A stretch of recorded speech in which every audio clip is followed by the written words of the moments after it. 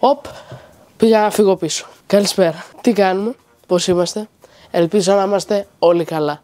Καλώς ορίσατε σε ένα ολοκαίνουργιο βίντεο. Στο σημερινό βίντεο θα μιλήσουμε για monitors. Για monitors υπολογιστή.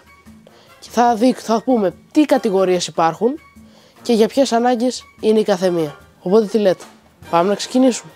Το πρώτο πράγμα που πρέπει να κοιτάξετε για την αγορά ενός monitor είναι ποιες είναι οι ανάγκες σας. Δηλαδή, γιατί χρειάζεστε ένα καινούριο monitor? Χρειάζεστε ένα monitor για να παίζετε παιχνίδια? Είστε γραφίστας? Είστε video editor?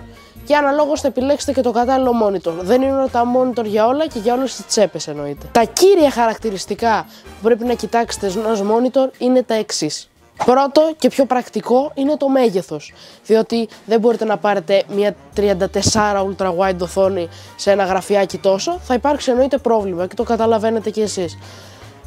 Οπότε πρέπει να δείτε το κατάλληλο monitor, τις δικές σας ανάγκες και επίσης και πόσο κοντά ή μακριά είστε από το γραφείο, έτσι, γιατί ας πούμε εγώ εδώ πέρα, εγώ στο δικό μου setup έχω μια 27 οθόνη. Προς το παρόν, ας πούμε, στο επόμενο setup θα βάλω κάτι πιο μεγάλο. Πάει αναλόγως με την απόσταση και το μέγεθος του γραφείου. Δεν μπορούσα εγώ σε μια απόσταση μικρή τέλος πάντων να βάλω μια οθόνη πάνω από 30 inches. Θα πήγαινα έτσι ο αφιένας μου και θα είχαμε προβλήματα μετά και διάφορα. Οπότε πρέπει να κοιτάτε και το μέγεθος. Το δεύτερο πράγμα είναι η ανάλυση. Θέλετε ένα 1080p, ένα 2K monitor, ένα 4K monitor που εκεί ανεβαίνουν και τα λεφτά. Πάει αναλόγως με τις ανάγκες σας. Μετά είναι τα Hz, ο ρυθμός ανανέωσης εννοείται. Εγώ συνιστώ να πάρετε ένα monitor πάνω από. Σίγουρα θα μιλήσουμε και μετά για τα Hz, γιατί όλα τα monitor δεν υποστηρίζουν τα ίδια Hz.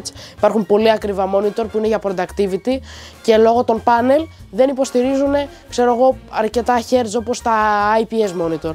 Αν θέλετε να πάρετε ένα IPS monitor, σίγουρα πάνω από 144 Hz το 2025. Θα σας πονέσω τα μάτια σας με τα 60 Hz, δεν δουλεύει αυτό το πράγμα.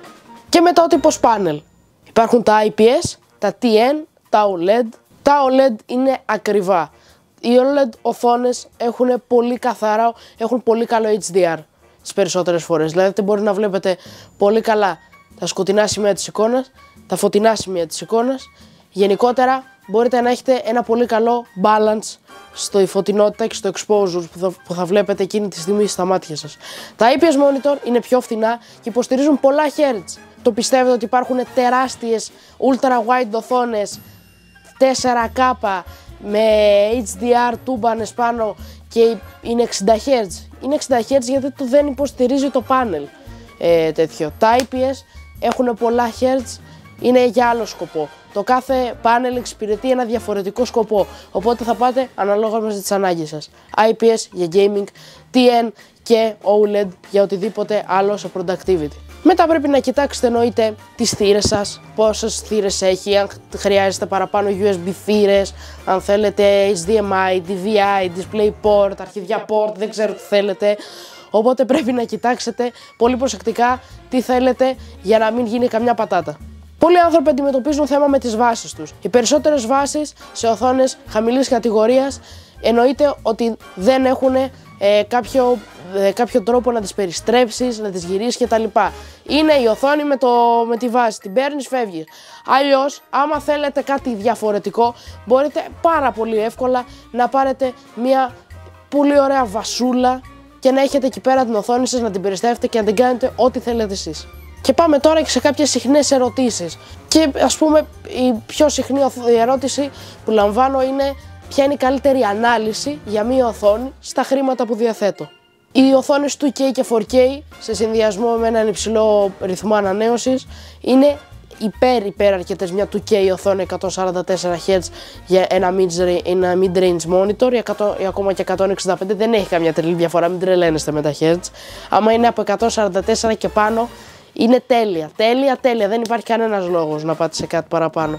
Οπότε μετά κοιτάτε ανάλυση, μην πάτε και πάρετε 1080p 240 Hz monitor, πάρτε 2K 144, μια πολύ καλύτερη λύση. Εννοείται ότι αν η χρήση που κάνετε σε ένα monitor είναι δουλειές γραφείου κτλ, πάρτε 1080p 60 Hz monitor, παιδιά, μη σας νοιάζουν αυτά που λέω. Πάρτε και μια τηλεόραση, καλή ώρα εδώ πέρα, κρύβονται μάρκες εδώ πέρα, φάμε και τίποτα καμιά μήνυση, μου ήρθε ένα εξώδικο. Τέλος πάντων, άμα αυτό που θέλετε να κάνετε είναι να μπαίνετε και να βλέπετε τα ειδησιογραφικά, δεν υπάρχει κανένας λόγος να επενδύσετε σε κάτι παραπάνω από αυτά που σας λέω εγώ. Είναι αναλόγως με τις ανάγκες σας. Αν σας άρεσε το βίντεο, κάντε μια εγγραφή, εννοείται άμα είστε καινούργοι σε αυτό το κανάλι, πατήστε like και φυσικά γιατί να μην μου γράψετε κάτω στα σχόλια ποια οθόνη χρησιμοποιείτε εσείς και αν σας καλύπτει ή θα χρειαζόσασταν κάτι παραπάνω. Αυτά και τα λέμε σε ένα επόμενο βίντεο. Bye!